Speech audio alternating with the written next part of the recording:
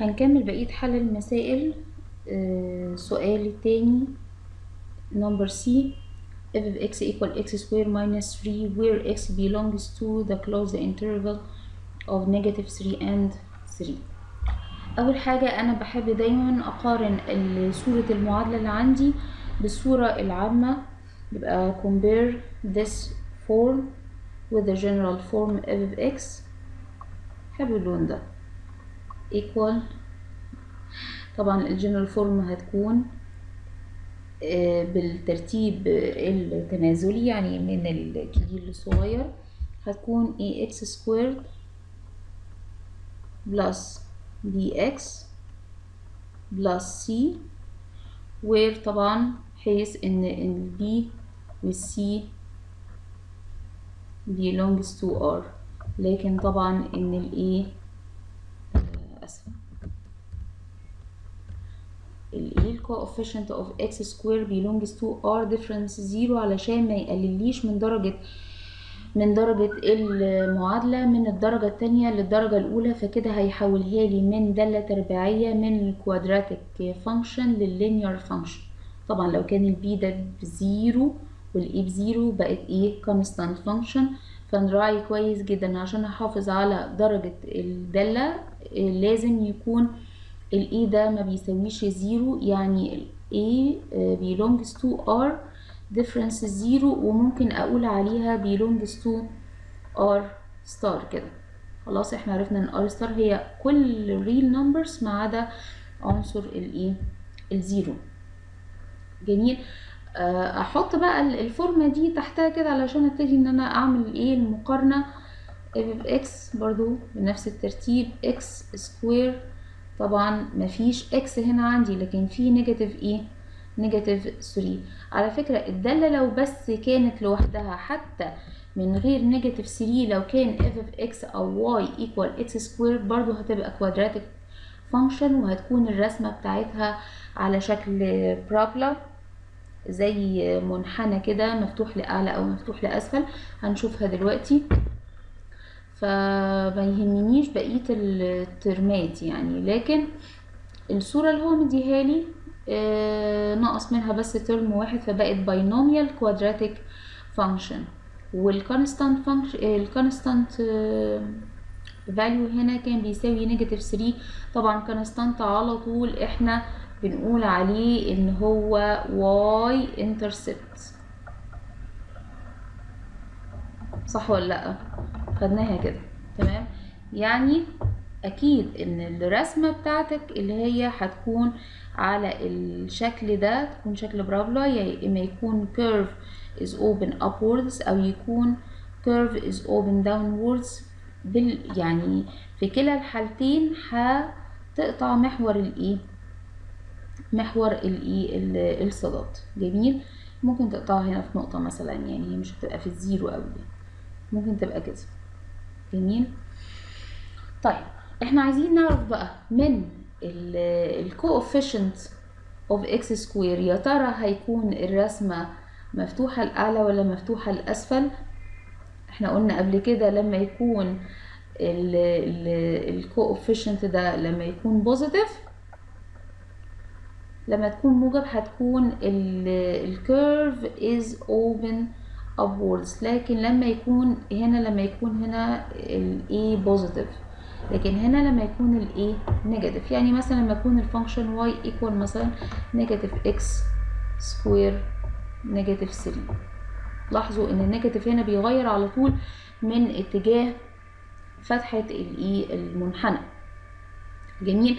ومش بس كده، انت عندك هنا في vertex في رأس المنحنى vertex of the curve بيتحول، لو كان طبعا مفتوح لأعلى يبقى دي نقطة هتبقى نقطة سفلية، هتكون minimum value point، لكن لما يكون هنا مفتوح لأسفل هتكون نقطة علوى، هتكون هنا في القمة فهتكون maximum value point.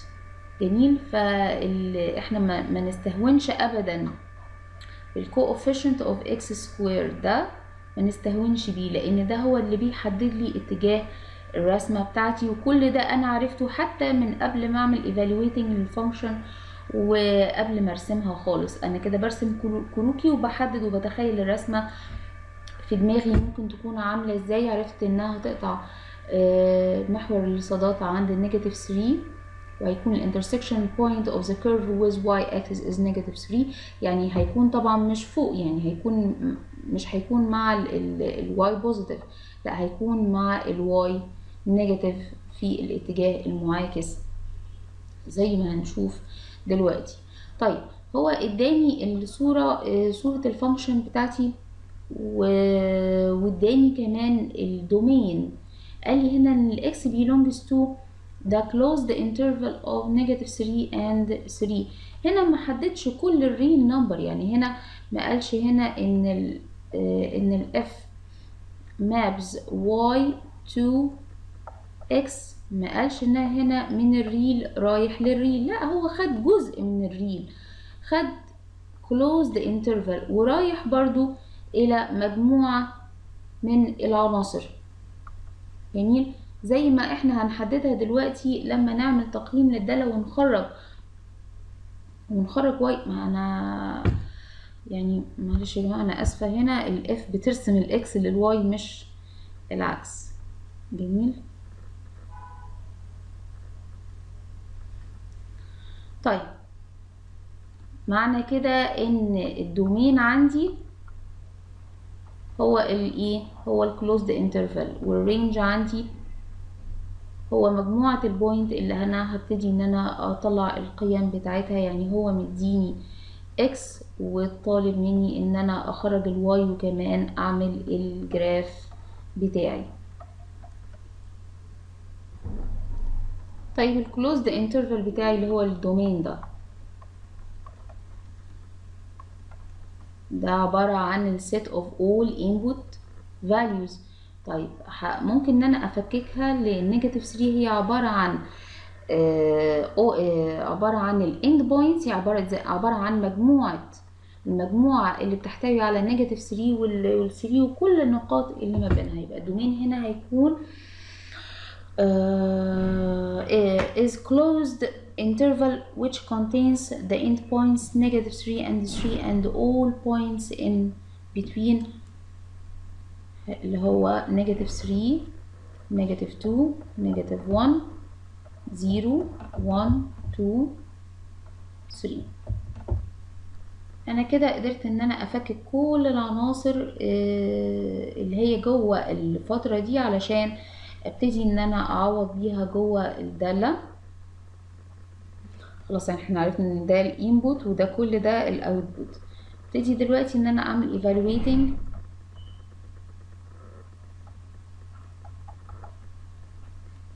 of function. قيم الدالة، يعني انا عايز اخرج قيم الواي هتكون بكام لما يكون الاكس بنيجاتيف 3. نيجاتيف 3 equal، ابتدي ان انا اعمل هنا substituting the input values inside the function rule x square minus 3. يبقى هنا عبارة عن نيجاتيف 3 square نيجاتيف 3 equal طبعا 9 minus 3 equal 6. يبقى البوينت هنا هتكون عندي الاوردر بير اللي انا هبتدي ان انا ارسمه هيكون نيجاتيف 3 and 6. طيب النقطة اللي بعد كده if نيجاتيف 2 هتساوي عندي نيجاتيف 2 squared minus 3 equal 4 minus 3 equal 1. يبقى البوينت عندي اللي هي الاكس والواي اللي انا هحددها على مستوى الاحداثيات هيكون نيجاتيف 2 and 1. جميل. النقطة اللي بعد كده if نيجاتيف 1 equal نيجاتيف 1 squared نيجاتيف 3. يبقى نيجاتيف 1 by نيجاتيف 1 بوزيتيف 1. نيجاتيف 3 يبقى نيجاتيف 2. عشان في ناس هنا ما بيعرفوش هنا يطرحوا طبعا كله على الآلة الحاسبة. لما يكون عندي two terms of different sign puts the sign of the greatest one. أنا هنا عندي الرقم الكبير هو النيجاتيف 3. طيب أنا بحط الإشارة بتاعته نيجاتيف وابتدي إن أنا أعمل subtract 3 minus 1 equal 2. جميل. هنا كان ال greatest number كان positive 4. put the sign of the greatest one positive, then subtract 4 minus 3 equal 1. ونفس الحكاية هنا برضو كان positive 9 positive negative, put the sign of the greatest number then subtract. جميل. فهيكون هنا الاوردر كبير عندي negative 1 and negative 2 وهكذا وهكذا بقى لكل الايه بقية القيم. f of 0 equal 0 square 0 طبعا، negative 3 طبعا هيكون negative 3 والاوردر الكبير عندي هيكون 0 ونيجاتيف 3. ونبتدي نخلق التيبل create the table of input x and output y.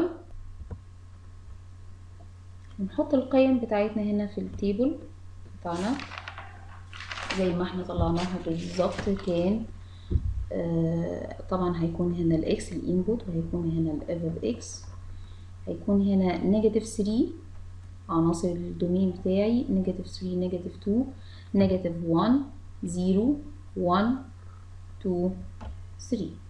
خلاص معنى انها closed interval يعني الاند بوينتس معايا اللي هي نيجاتيف 3 و 3 هيكونوا معايا. يا ترى الصور بقى بتاعتها ايه او المخرجات هنا هتكون ايه؟ هيكون هنا 6، هيكون هنا 1 نيجاتيف 2 نيجاتيف 3 نيجاتيف 2 1 6. وابتدي ان انا احدد البوينتس بتاعتي دي locate these points on the Cartesian plane.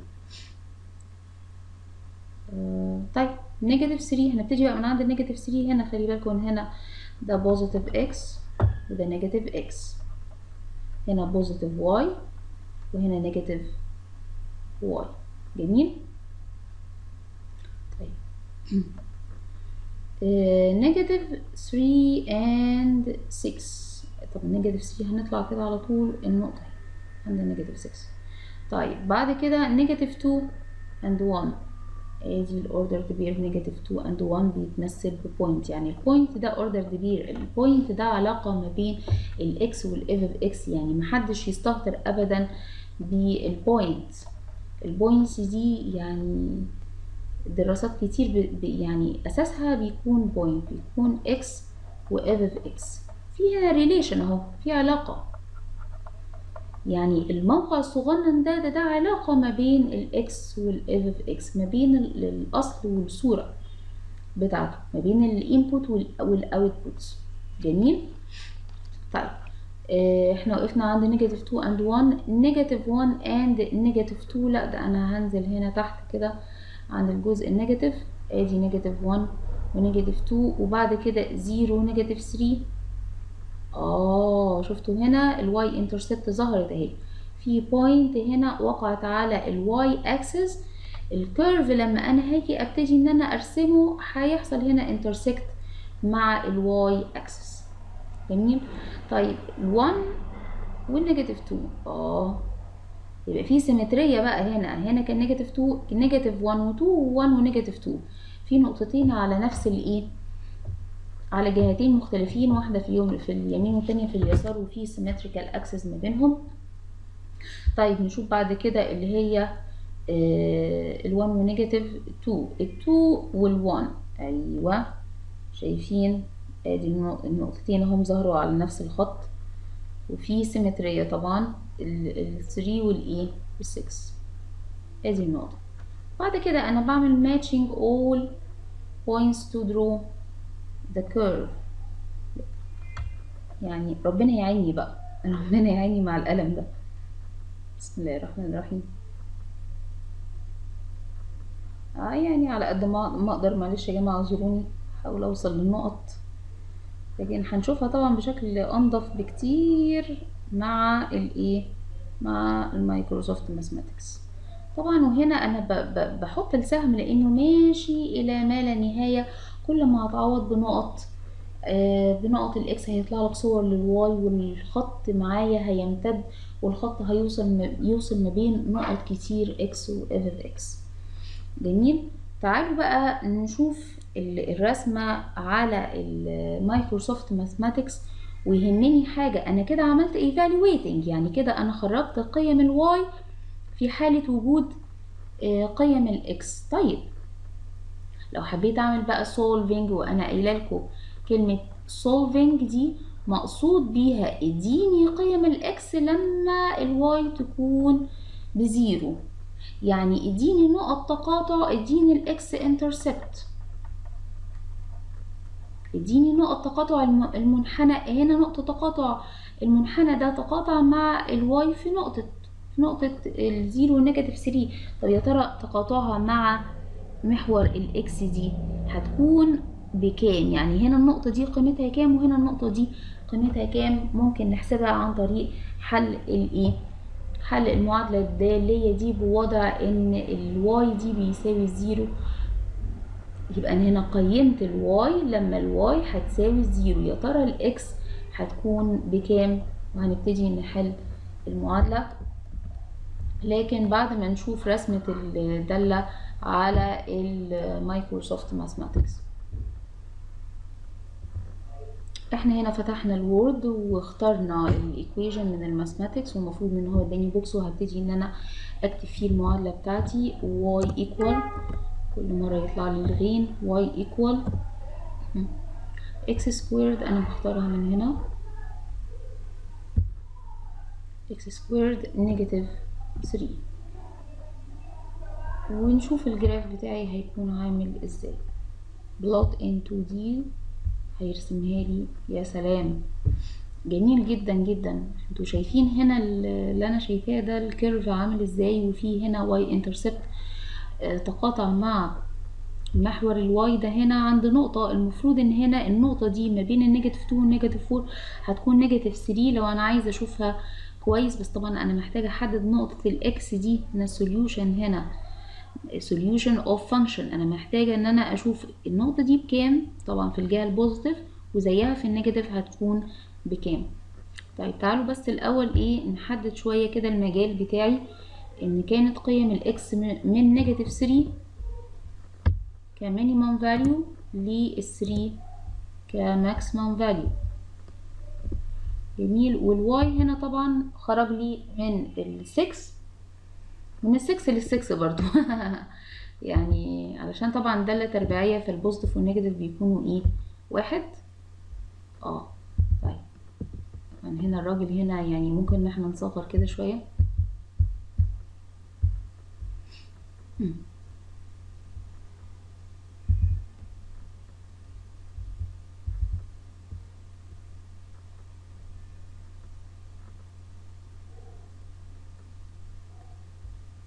جميل.